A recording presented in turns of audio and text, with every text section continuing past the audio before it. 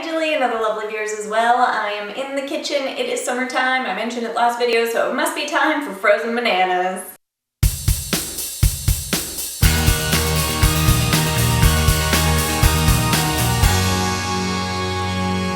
Yes, every year, of course, during the summertime I make frozen bananas. And so if you look up frozen bananas on my channel, you can get a more cooking show style one of these, because I just don't have the patience today. Frozen banana going into the chocolate. But while I make these, I'm going to do Christina Horner's Inside Out book tag, but I'm going to cheat, and I feel like talking about movies instead of books while I do this, so I'm going to.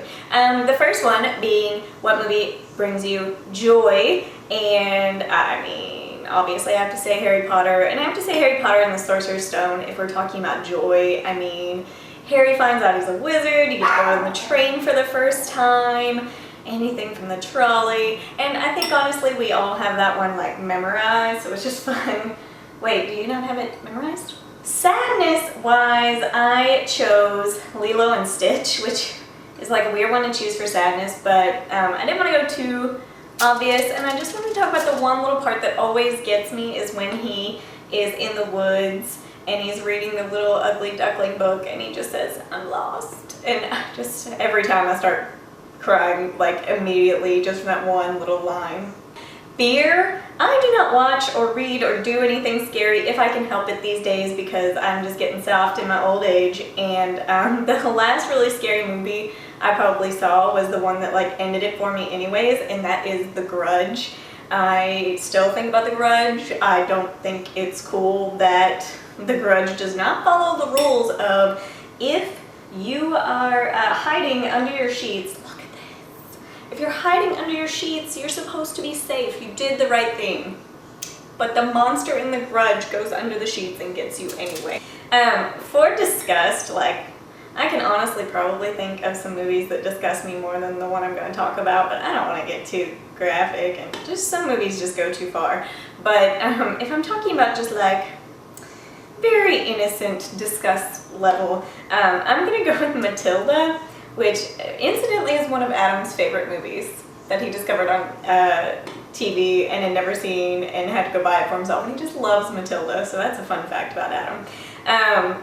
But the scene where the kid has to eat like that whole chocolate cake, and he's like stuffing himself with the chocolate, I can't, ooh, that's gross, dude, and I love chocolate cake. You think there's not too much chocolate cake? There could be. So let's see, I've done joy, I've done sadness, I've done fear, I've done disgust. Oh, anger. Okay, so I'm actually cheating on my cheating. I'm already cheating because I was supposed to be talking about books, but now I'm going to cheat and talk about a TV series that makes me angry. And again, not for like the reason you think, but Pushing Daisies makes me angry because I love Pushing Daisies so much. And I get so angry when I think about the fact that I could have had another season, or who knows how many more, Pushing Daisies. If it hadn't got, I blame the writer's strike that was happening at the time, it got interrupted, and it was just sort of like a show that not everybody was watching anyway, so it really couldn't stand to be off for a long time, and it got canceled. And Brian Fuller's genius anyways, did Wonder Falls, which got canceled after like 3 episodes, did Pushing Daisies, gets canceled. Now he does Hannibal, which I don't even watch, but I just feel like that's not what Brian Fuller is good for. Brian Fuller is good for like colorful, neat, happy, pretty things. Although I am excited because Brian Fuller is supposed to be doing American Gods, Neil Gaiman's book, into a TV show, so I will be super duper interested in how that goes. So yeah, you should do this as a book tag like Christina Horner started, or you could tell me movie stuff down in the comments if you want to cheat and talk about movies like I did. I have accomplished frozen bananas for the summer. Proud. Should I wait? Should I refreeze them before I eat? No, let's just eat one that's kind of already refrozen itself. Jilly and other lovely viewers as well, I will talk to you later. Bye. Classy. Classy.